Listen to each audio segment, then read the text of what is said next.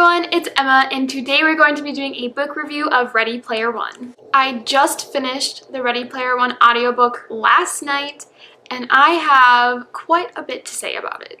Ready Player One is written by Ernest Cline. It is about a young man named Wade Owen Watts, also known as Parzival, or Z. He's also known as Z. I also had a fake name alias in there too.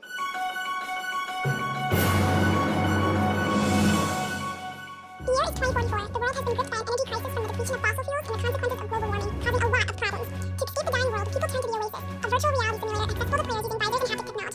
The Oasis functions as an MMORPG, but not really, and a virtual society, but not really. Creator of the Oasis, James Howley, has died. A video created by Howley himself has been sent to every Oasis user, revealing one last game for users to play.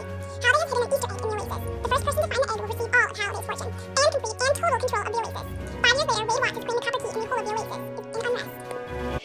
This book is for anyone who likes pop culture, video games, movies, books, 80s. That's all that I'm gonna say. I don't really want to spoil or anything, so go read it. I definitely recommend it. I did enjoy this book, and if you haven't read, you should leave now because I'll probably talk about spoilers, which, you know, suck if you haven't read the book. They talk about everything. So if you are a nerd and like that stuff, I would definitely recommend reading this book. It's just so pleasing to see all these references that not a lot of my friends understand or get, and just see them all crammed into this book. It's a good time. So I read this book via the audiobook, and it's narrated by Wil Wheaton, which I simultaneously loved and kind of simultaneously did not love, because then I kept picturing Wil Wheaton when I was trying to picture Wade. I don't know, maybe that's just my dilemma, but that's what was happening to me. So one of the things that I did notice is that there is a ton of exposition and world building. Usually this sort of thing bothers me. I like to get right into the action and kind of learn as we go.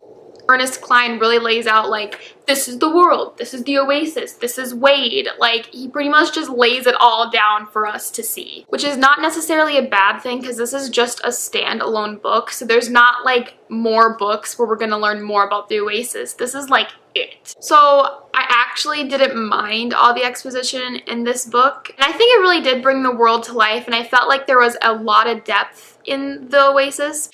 And I just kind of collectively think that the Oasis in the world is such a huge part of this book that it's kind of like necessary to have a lot of exposition. Kind of liked it, like just listening to this world that was really fascinating to me.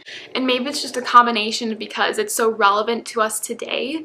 More people are into pop culture, and VR, virtual reality, is becoming such a big thing. Do I think we're going to be to the point of the Oasis in 2044? Maybe not, but it has a lot of similarities between us now and the Oasis. Another thing that I really liked about this book is it was very cinematic. Everything is very so much based on the setting and the imagery and the Oasis, which is why, again, I think there was so much exposition, is because it was necessary. I'm just also going to talk about some of my favorite parts and then some of my not favorite parts. One of my favorite sections of the book is when Wade found the copper key, or the first key, because it's kind of like, oh my god, no one else has done this and I'm doing it right now. Like, that excitement was really raw, and it just had like a lot of cool excitement that this cool video game and this cool adventure and quest was starting, and Wade was plugging the pieces in doing something that no one else had potentially done. And then we are introduced to Artemis, which is another character that I really enjoyed. I wish there was more of the characters, but at the same time I understand, because, you know, the characters pretty much with the whole book are separated. They're not really together. They're together in the Oasis, but that's, you know, that's a video game. I thought their whole relationship was really cute, and how awkward Wade is with Artemis. I thought it was adorable. It really made the character interactions a lot more interesting. And it's kind of funny to see that Wade actually wasn't the first person to discover the copper key, but he's just lucky in the fact that he knew how to play that game where there was like ostriches or something. And then our other kind of main-ish character, protagonist character, was H. But, you know, it was sweet. I really liked their relationship, and I liked how accepting Wade was when he figured out that H was a girl.